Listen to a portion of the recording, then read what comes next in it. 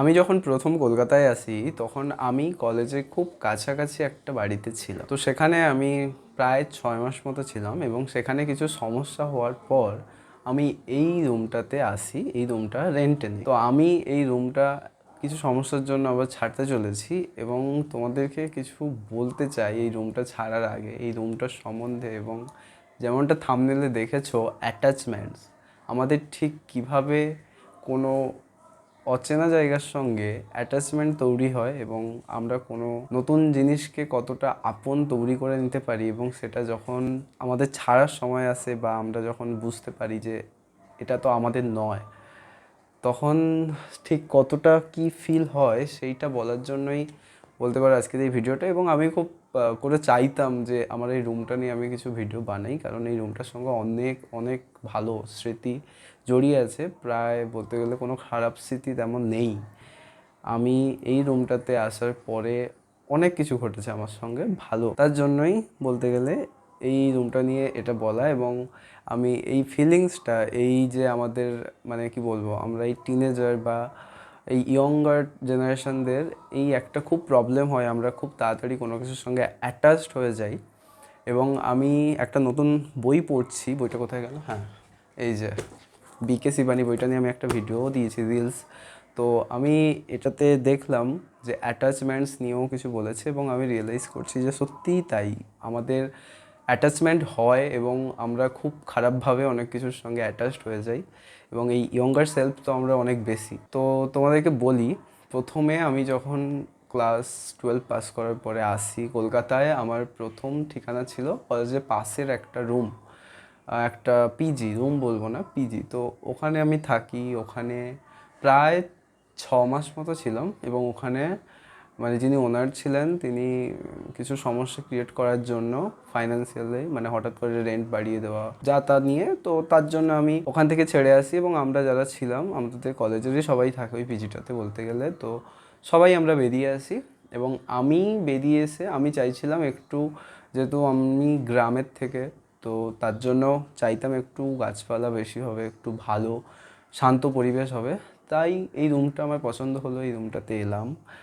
তো রুমটাতে সত্যি খুবই সুন্দর, রুমের পরিবেশটা চারপাশে সব কিছুই খুব ভালো। এই রুমটাতে আমি এসেছিলাম মার্চ 2024-এর ফার্স্ট মার্চ থেকে। আজকের হচ্ছে বলতে গেলে ডেট এপ্রিল মাসের শেষ, প্রায় মে মাস হতে চললো 2026। পুরো 2 বছর আমি এই রুমটাতে কাটিয়েছি এবং 2 বছরে আমার জীবনে অনেক কিছু এসছে এবং অনেক ভালো কিছু হয়েছে। তাই রুমটা আমার জন্য অনেকটা কাছের, অনেকটা আপন। শুধু সেই জন্যই নয়, এত কিছু পেয়েছি রুমটার থেকে সেজন্য নয়, এমনিতেও আমি যখন প্রথম ওখান থেকে মানে প্রবলেম ক্রিয়েট হওয়ার জন্য পুরোনো রুমটাতে আমাকে বেরিয়ে আসতে হয়েছিল সেখান থেকে। তো মানে হঠাৎ করে কোথাও রুম পাওয়াটা একটু টাফ কলকাতাতে। তার জন্য বলতে গেলে আমি খুব টেনশানে ছিলাম, কোথায় যাব, কোথায় রুম খুঁজবো, কি করব। তো তখনই এই বাড়ির যিনি ওনার, মানে আমি ফেসবুকে অ্যাড দেখে এখানে ওনারটার সঙ্গে কন্ট্যাক্ট করি। মানে কি বলবো, আমি এক প্রকার রুমটা না দেখেই রুম বুকিং করেছিলাম।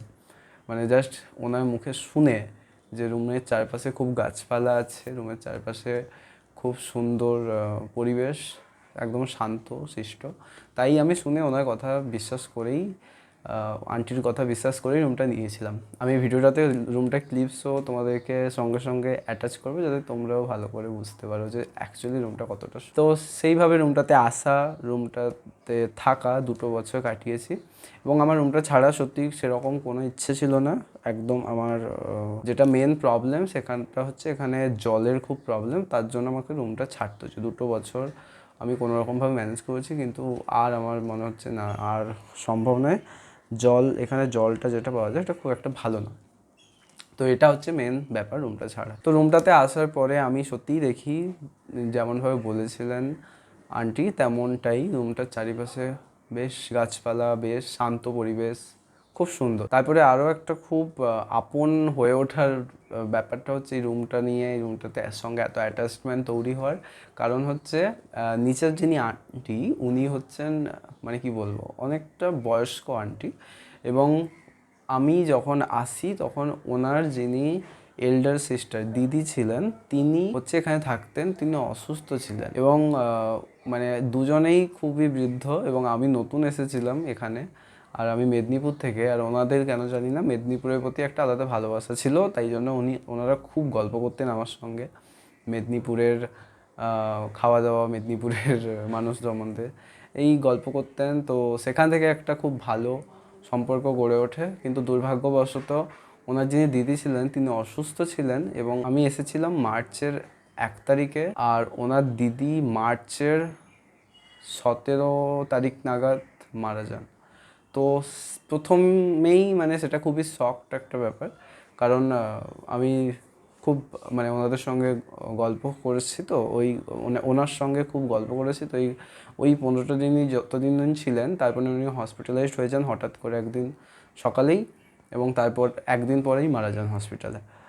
তো সেখান থেকে মানে ইভেন আমি সবে তখন 15 দিন এসেছি, আমি আন্টির সঙ্গে যাই হসপিটালে, মানে এক প্রকার আন্টির তেমন কেউ নেই তো বাড়িতে, তার জন্য আন্টিকে আমি নিয়ে গিয়েছিলাম। আন্টি খুব ভেঙে পড়েছিল, তো আন্টির দিদির কাছে আমি নিয়ে গিয়েছিলাম। তো সেই প্রকারে হসপিটালে যাওয়া, তো খুব ভালো একটা সম্পর্ক তৈরি হয়ে গেছিলো। এবং তারপর সত্যি কথা বলতে এই রুমটাতে আসার পর, মানে এটা এক কলেজ থেকে যেহেতু দূরে, দমদমের সাইডে, তো আমি এই রুমটাতে আসার পরে যাতায়াত করতে গিয়ে শিখেছি, মানে কলকাতা সম্বন্ধে জেনেছি, রাস্তাঘাট জেনেছি, এইসব কি বলবো।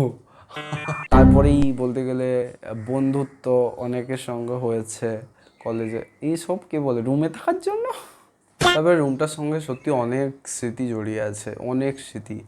মানে আমি এই রুমটাতে যেদিন আসি তার পরের দিন একদম প্রথম এই দেখেছো কত পাখির আওয়াজ, এত পাখি এখানে।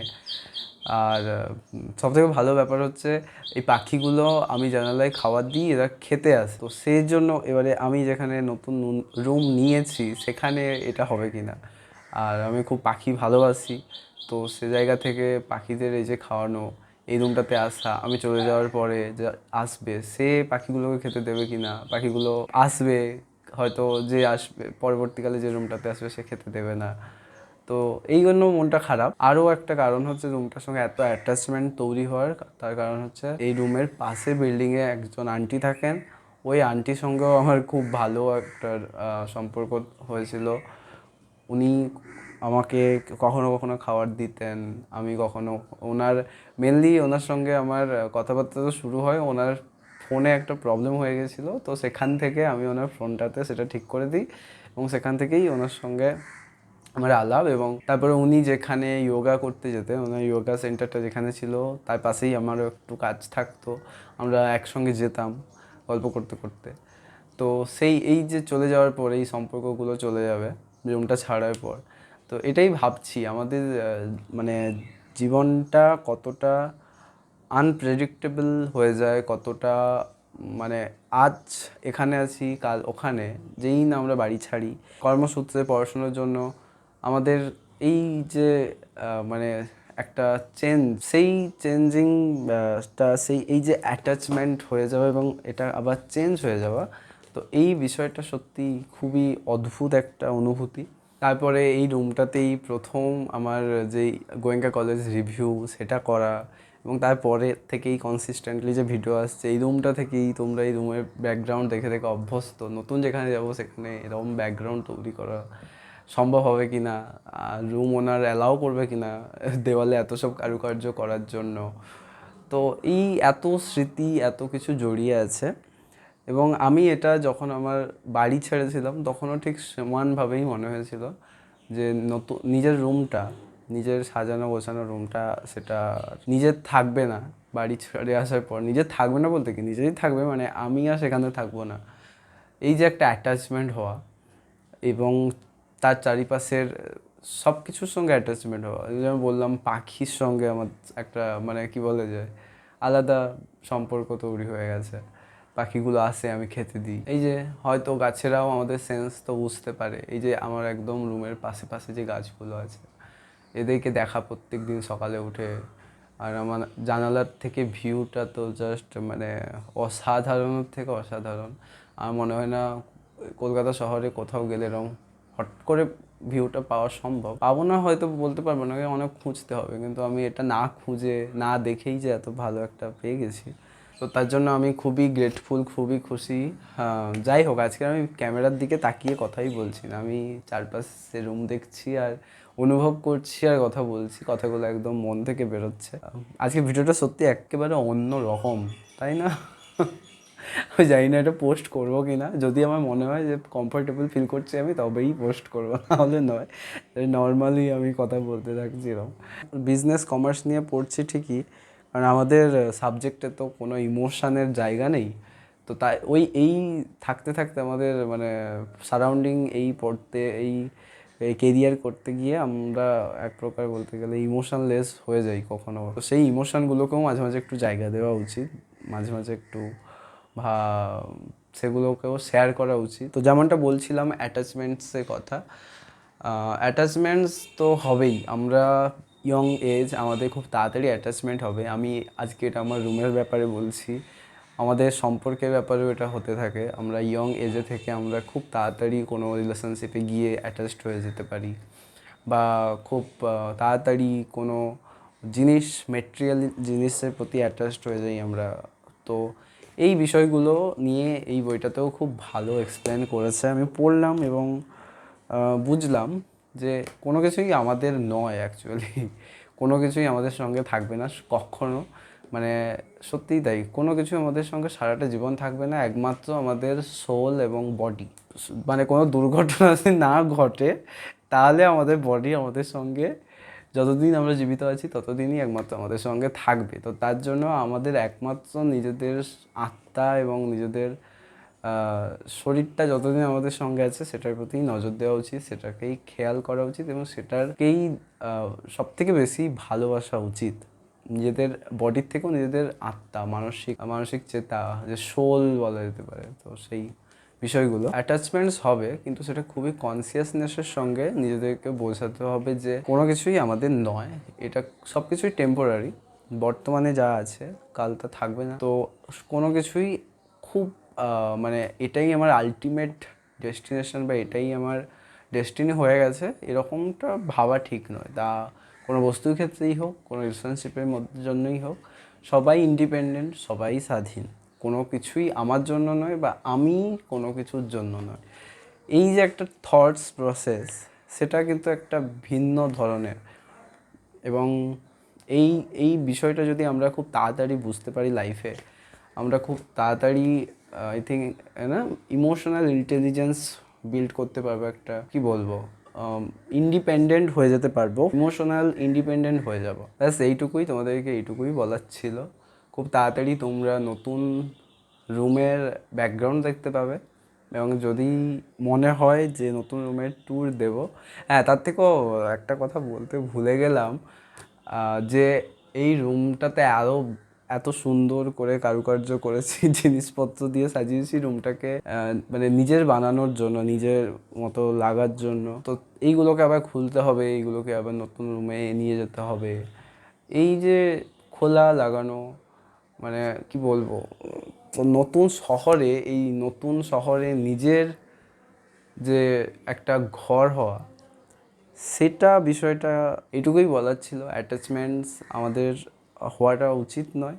আমি এই রুমটার প্রতি হয়ে গেছিলাম, কিন্তু সত্যি কথা বলতে রুমটা অনেক আগে ছাড়ার ইচ্ছে ছিল, কিন্তু এই অ্যাটাচমেন্টের চক্করে আমি রুমটাকে এত ভালোবেসেছিলাম, চারপাশের পরিবেশটাকে এত ভালোবেসেছিলাম, তার জন্যই আমি সেটাকে টানতে টানতে এই এতদিন পর রুমটা ছাড়ছি, কিন্তু এখন আর হচ্ছে না আমার দ্বারা।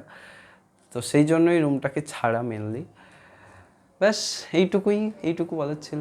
ভিডিওটা ভালো লাগলে লাইক করো, শেয়ার করো, সাবস্ক্রাইব করো যদি নতুন হও, এবং পাশে থেকো, ভালো থেকো, এবং ইমোশনালি নিজেকে যত তাড়াতাড়ি ইন্ডিপেন্ডেন্ট করতে পারবে ততই ভালো, নিজের জন্য, চারপাশে মানুষের জন্য, নিজের ওয়েলবিংয়ের জন্য, সব কিছুর জন্য। ব্যাস, টাটা, বাই বাই, দেখা হবে খুব শীঘ্রই পরের একটা ভিডিওতে।